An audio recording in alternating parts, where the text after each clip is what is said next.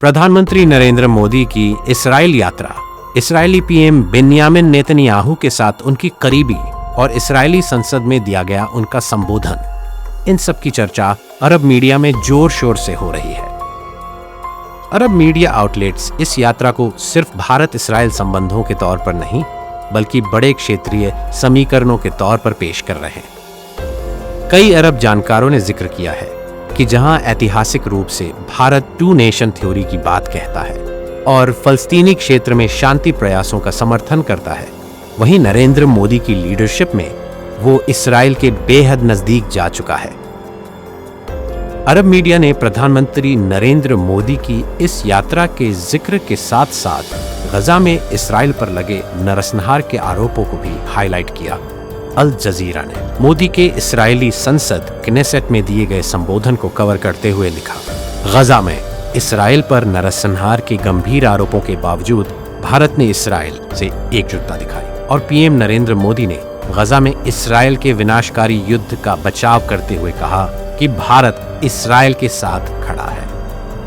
अल जजीरा Arabic ने अज़्ज़ाम अबू अल अदस के हवाले से लिखा कि भारत इसराइल के साथ इस गठबंधन को पाकिस्तान के साथ अपने क्षेत्रीय संघर्ष और एशिया में अपनी सैन्य और कूटनीतिक स्थिति मजबूत करने के प्रयास का हिस्सा मानता है।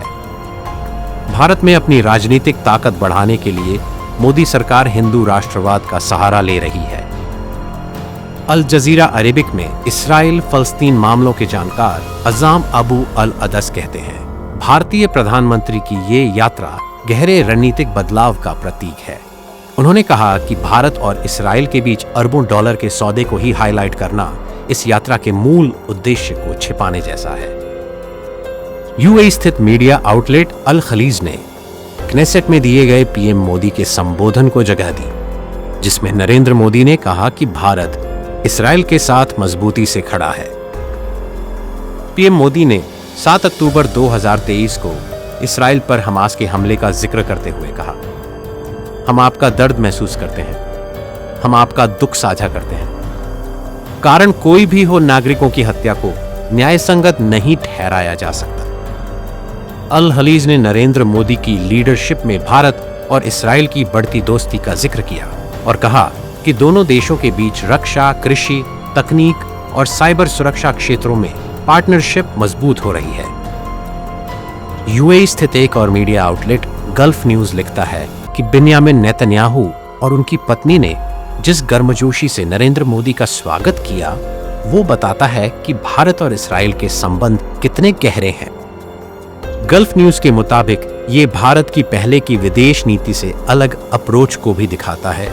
भारत ऐतिहासिक रूप से फलस्तीनियों को समर्थन देता रहा है और 1992 तक इसराइल के साथ भारत के पूर्ण कूटनीतिक रिश्ते तक नहीं थे, लेकिन हाल के सालों में दोनों देश एक दूसरे के बेहद नजदीक पहुंचे हैं। गल्फ न्यूज लिखता है कि अक्टूबर 2023 में गजा युद्ध शुरू होने के बाद इसराइल के कई देशों से संबंध खराब हो गए थे और कई यूरोपीय देशों ने भी गजा में उसके हमलों की कड़ी आलोचना की थी। ऐसे में बेन्यामिन नेतन्याहू को उम्मीद है कि मोदी की ये यात्रा इसराइल के प्रति अंतर्राष्ट्रीय समर्थन बढ़ाने में मददगार साबित होगी। अरबी भाषा के डिजिटल न्यूज वेबसाइट न्यूज़रूम ने भी लिखा कि इसराइल के वेस्ट बैंक में विस्तारवादी योजनाओं की 100 से ज्यादा देशों ने निंदा की थी, उनमें भारत भी शामिल है। हालांकि भारत ने पहले इसे लेकर इसराइल की आलोचना करने में हिचकिचाहट दिखाई थी।